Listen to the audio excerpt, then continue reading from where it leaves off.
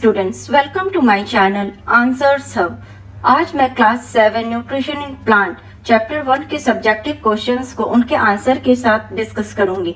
नीचे मेरे description box में आप मेरे main channel learning with clear concept में न्यूट्रिशन इन प्लांट चैप्टर को डिटेल में समझ सकते हैं, जिसमें मैंने पार्ट 1 में ऑटोट्रॉफिक न्यूट्रिशन, सेकंड में एक्टिविटी एंड थर्ड में हेटेरोट्रॉफिक न्यूट्रिशन को समझाया है। चलिए चलते हैं क्वेश्चंस पे। फर्स्ट टाइप्स के क्वेश्चंस क्या हैं? Give reasons for the following. ये जो क्वेश्चंस हैं उनके रीजंस को हमें बताना है। First question is leguminous plants are generally called nitrogen fixers. तो उसका रीजन क्या है? Leguminous crops do not need as much nitrogenous fertilizers as cereal crops. This is because the roots of leguminous plants contain legumes or nodules within which there reside bacteria called rhizobium.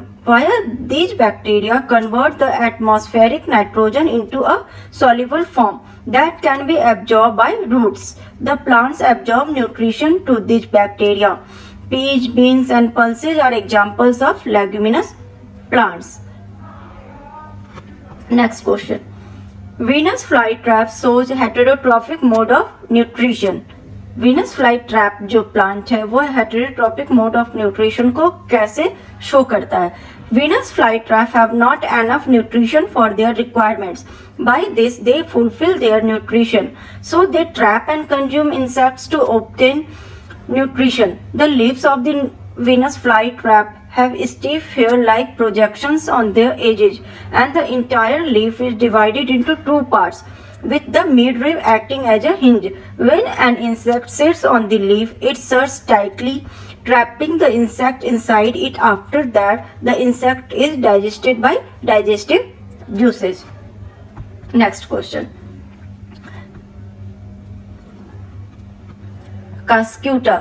Cuscuta is categorized as parasite. Cuscuta को parasite के category में क्यों रखा गया है? Reason क्या है इसका? Cuscuta, जिसे डोडर भी कहा जाता है, is a plant that does not have chlorophyll.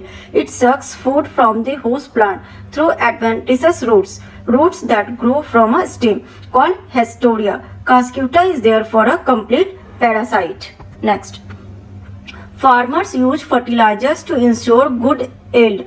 Farmers को अपने फर्टिलाइजर्स का इस्तेमाल क्यों करना पड़ता है अच्छी फसल उगाने के लिए? उसका रीजन क्या है? Plants absorb nutrition such as nitrogen, phosphorus, potassium from the soil for their survival, but if the soil is not rich in these nutrients it will result in lesser yield the crop. As a result, the farmers will suffer a huge loss. Since the same land is used repeated cultivation of crops, farmers use fertilizers to replenish the soil to ensure good yield. Next. Dodder plant has special roots called Hestoria. जो dodder plant है उसके जो roots होते हैं उसे हेस्टोरिया क्यों कहा जाता है? Cuscuta, जिसे कि डोडर भी बोला जाता है, is a plant that does not have chlorophyll. It sucks food from the host plant through adventitious roots that grow from a stem called Hestoria. Cuscuta is therefore a complete parasite. Okay, next. Which organism have symbiotic relationship to form lichens? Plants that show symbiotic relationship are called symbiotic plants. Lichens are a good example where microscopic chlorophyll containing organisms called algae and fungi are involved. Algae have chlorophyll and produce food through photosynthesis, while the fungi provide shelter to the algae and help it to survive in harsh weather conditions. Fungi also absorb water and nutrients from the soil to help the algae in photosynthesis. Okay, next. दूसरे types के questions क्या हैं? Answer the following questions briefly. कुछ details में इस questions के answers देने हैं. First question is what is role of stomata in photosynthesis? Stomata का क्या रोल होता है फोटोसिंथेसिस के प्रोसेस में, प्लांट्स के फूड बनाने के प्रोसेस में?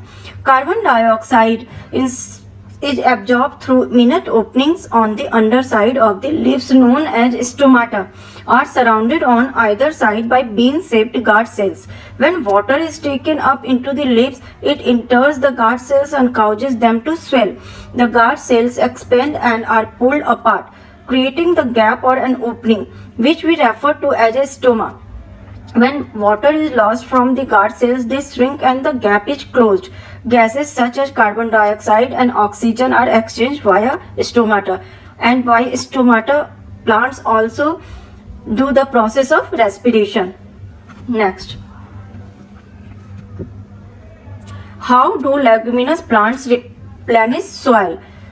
जो लेगुमिनस प्लांट्स होते हैं वे सॉइल को कैसे रिप्लेनिश करते हैं, फिर से कैसे उन्हें न्यूट्रिशंस उनके अंदर आ जाते हैं. उनके जब लेगुमिनस प्लांट्स को क्रॉप किया जाता है तो उसके बाद जब कोई भी फसल लगाई जाती है तो उनमें बहुत सारे न्यूट्रिशंस सॉइल में बने रहते हैं. क्यों? Leguminous crops do not need as much nitrogen fertilizers as cereal crops. This is because the roots of leguminous plants contain legumes or nodules, within which there reside bacteria called rhizobium. Via these bacteria convert the atmospheric nitrogen into a soluble form that can be absorbed by roots. The plants absorb nutrition to these bacteria. Peas, beans, and pulses are examples of leguminous plants. Next. Differentiate between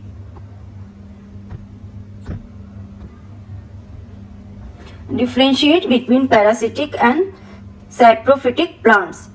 Parasitic यानी परजीवी और saprophytic यानी कि जो dead और decaying plants को खाते हैं उन्हीं से वो न्यूट्रिशंस लेते हैं. उस प्लांट्स में क्या डिफरेंस होता है? Parasitic plants obtain nutrition completely or partially from another plant. The plant from which the parasite obtains nutrition is called the host plant.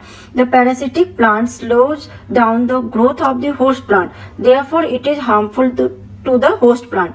Saprophytes or saprophytic plants. Organisms that obtain nutrition from dead and decaying plants and animals are called saprotrophs or saprophytes. This kind of nutrition is called saprophytic nutrition. Next question. What is the difference between a complete parasite and a partial parasite? Give example of each. पूर्णतः परजीवी और अंशतः परजीवी में क्या अंतर है? Example से समझाइए. Cuscuta does not have chlorophyll. It sucks food from the host plant through adventitious roots that grow from a stem called Hestoria. Cuscuta is therefore a complete parasite, whereas mistletoe plant has green leaves and so carry out photosynthesis. This plant mainly absorbs water and minerals from the host plant. Therefore, mistletoe is called a partial parasite. Rafflesia is a parasite of the tetrastigma plant. It is completely dependent on its host plant for food. Next question. अब तीसरे type के questions कैसे हैं? Answer the following questions in detail. मतलब कुछ ज्यादा details में इन सारे क्वेश्चंस को डील करना है. आइए देखते हैं. First one is describe the process of photosynthesis in detail with the help of a diagram. Photosynthesis के प्रोसेस को डिटेल में बताना है डायग्राम के मदद से. The word photo means light and the word synthesis means putting together. The process of photosynthesis therefore involves putting together of ingredients such as carbon dioxide and water to make food in the presence of sunlight and chlorophyll. The essential ingredients are collected by the plant from its surroundings. Next question. Next question देखने के पहले इसके diagram को देख लेते हैं. Photosynthesis के diagram को यहाँ आप देख रहे हैं. एक प्लांट है जो कि सॉइल से क्या ले रहा है? वाटर ले रहा है, ठीक है, और एनवायरमेंट से ऑक्सीजन और कार्बन डाइऑक्साइड ले रहा है और ऑक्सीजन रिलीज कर रहा है. और एनर्जी वो कहाँ से ले रहा है? तो सन से ले रहा है. Okay. Next question. Explain the experiment to test a leaf for the presence of starch. एक एक्सपेरिमेंट दिखाना है कि लीफ में स्टार्च होता है. तो उसके लिए क्या करना है? First, to taste for the presence of starch in a leaf after photosynthesis, material required: iodine, a dropper, Bunsen burner, test tube, beaker, alcohol, white tray, potted plant. Procedure क्या है इसका? Keep a healthy potted plant in darkness for about 24 to 48 hours. Second, plug out a leaf of this plant, therefore you keep it out in sunlight. This is leaf A. Third, now pluck another leaf from the plant after it has been in sunlight for at least 1 to 2 hours. This is leaf B, which is your experimental leaf. Fourth, place both the leaves in a beaker containing hot water for a few minutes, then take them out of the beaker. Pour alcohol in a test tube and immerse the 2 leaves in it. Keep the test tube inside a 1 liter beaker containing water and heat it. Fifth, when alcohol starts to boil, green color comes out of the leaves and chlorophyll starts to dissolve in the alcohol. Sixth, take out the leaf and wash them in water to remove the alcohol. 7. Place the leaves on the void tray and add a drop of iodine on them with the help of a dropper. Observation, आप क्या पाएंगे? You will observe that iodine in leaf A does not change its color, whereas the color of iodine on leaf B changes to blue-black, thereby indicating the presence of starch in it. और आपको कोई भी activity experiment with the help of diagram वो examination में या copy में बनानी है. इससे बहुत सारी चीजें क्लियर होती हैं. Next question, how can you prove that the presence of photosynthesis requires sunlight. आप कैसे प्रूव करेंगे कि फोटोसिंथेसिस के प्रोसेस के लिए सनलाइट की जरूरत है. We can prove that the process of photosynthesis requires sunlight by this activity.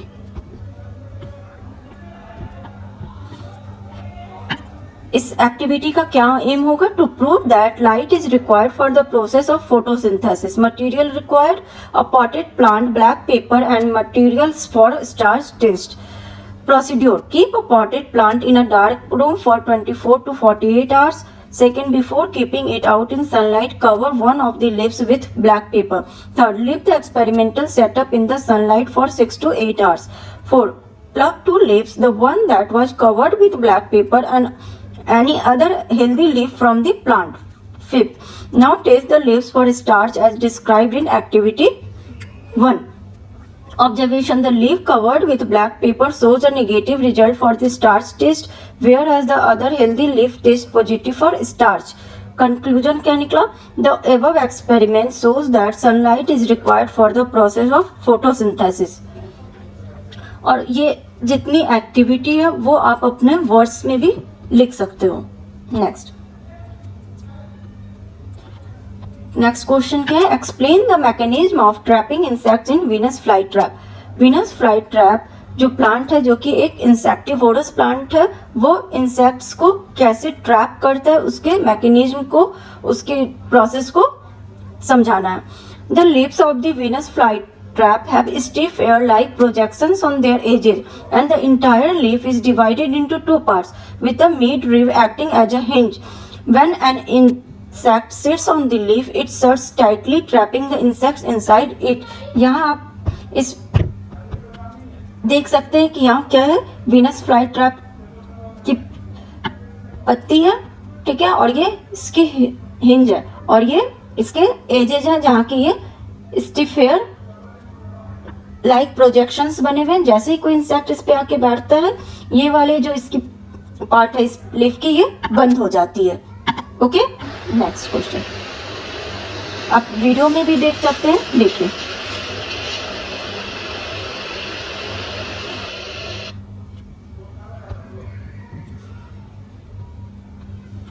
Next question, what are the different types of heterotrophic nutrition in plants? Give 2 examples of each.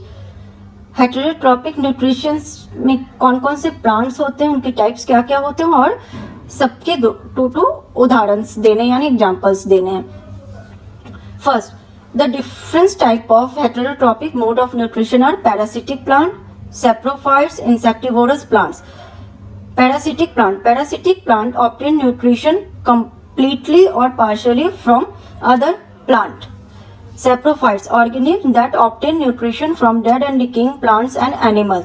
Insectivorous plants, the plants that trap and consume insects to obtain nutrition. और इसके examples भी देने हैं आपको. तो examples क्या क्या हो जाएंगे? पैरासिटिक प्लांट के क्या क्या एग्जाम्पल हो जाएंगे?